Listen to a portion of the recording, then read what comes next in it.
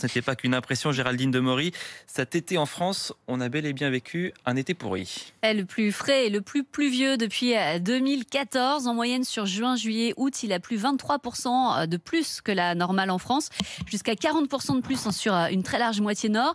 Le soleil, lui, a brillé par son absence. 10% d'ensoleillement en moins en moyenne. Alors globalement, les températures n'ont pas été si basses que ça. On finit quand même un demi-degré au-dessus des normales.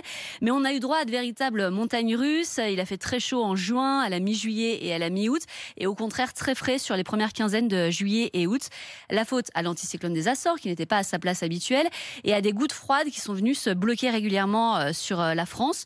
En réalité, dans les années 80, on n'aurait pas parlé d'un été pourri, mais on s'est vraiment habitué à des étés très chauds, trop chauds même. Donc finalement, c'est un petit répit dans un contexte de réchauffement climatique. Et puis reste septembre, qui pourrait donner quelques belles journées chaudes et ensoleillées. L'été indien, c'est l'heure de l'été indien. On espère. Vivement l'été indien.